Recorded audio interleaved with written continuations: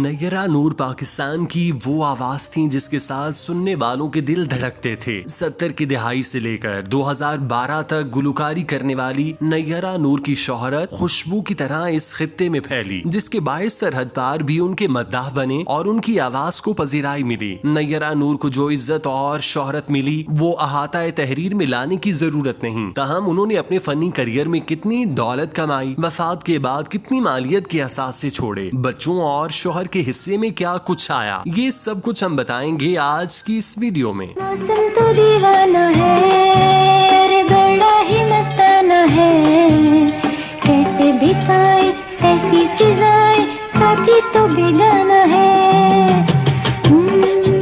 نیرہ نور Karachi defence میں مقیم تھیں، جہاں ان کا بہت بڑا گھر تھا۔ وہ اس گھر میں منتقل ہوئیں جب وہ اور ان کے شوہر دونوں اپنے کریئر کے عروج پر تھے۔ جب کراچی میں ڈیفنس جیسے پوش سوسائٹی کا قیام عمل میں آیا تو پھر نیرہ نور نے وہاں گھر لیا اور اپنے شوہر کے ساتھ رہنے لگیں۔ اس سے پہلے وہ لاہور میں رہائش پذیر تھیں، لیکن شادی کے بعد انہوں نے اپنی مصروفیات کے باعث کراچی کو مسکن بنا لیا تھا، اور پھر شادی کے بعد وہی ان کا سسرال کی شکل اختیار کر گیا۔ کراچی ڈیفنس کے بارے میں کہا جاتا ہے کہ وہ کراچی کے مہنگے ترین علاقوں میں سے ایک ہے، جہاں شہر کی ایلیٹ کلاس رہتی ہے۔ ڈیفنس میں نہ صرف بزنس مین بلکہ دیگر شعبوں سے تعلق رکھنے والے افراد کے بھی بڑے بڑے گھر ہیں۔ ڈیفنس میں گھروں کی مالیت 5 کروڑ سے 50 کروڑ تک ہے۔ یہی وجہ ہے کہ یہاں پر صرف امیر لوگ رہتے ہیں۔ نیرہ نور اور ان کے شوہر کی یہ خوش قسمتی تھی کہ وہ اپنی جمع پونجی سے ڈیفنس میں گھر بنانے میں کامیاب رہے، جس کی مالیت آج کی مارکیٹ ویلیو کے اعتبار سے 3 کروڑ کے لگ بھگ ہے۔ یہ گھر ہر طرح کی سہولیات سے آراستہ ہے، جسے نیرہ اور ان کے شوہر نے قیمتی فرنیچر سے آراستہ کیا ہوا ہے۔ انڈسٹری سے تعلق رکھنے والے چند ایک فنکار ہی ایسے ہیں جن کا گھر ڈیفنس میں ہے۔ نیرہ نور کے گھر میں 1 سے زائد گاڑیاں تھیں جو ان کے شوہر اور بچوں کے زیر استعمال تھیں۔ ہر کسی کے پاس اپنی ذاتی گاڑی تھی، جبکہ نیرہ نور بھی اپنی گاڑی کی مالکن تھیں۔ جب وہ فیلڈ میں ایکٹیو تھیں تب وہ باقاعدگی سے اپنی گاڑی میں سفر کیا کرتیں۔ انہیں پرفارم کرنے کے لیے دوسرے شہروں میں جانا پڑتا تھا۔ اس کے علاوہ شہر میں ہونے والی تقریبات میں بھی وہ اپنی گاڑی میں پہنچتی تھیں، لیکن جب انہوں نے گلوکاری کو خیر آباد کہا تو پھر ان کی مصروفیات کم ہو کر رہ گئیں، جس کی وجہ سے ان کی گاڑی کا استعمال بھی نہ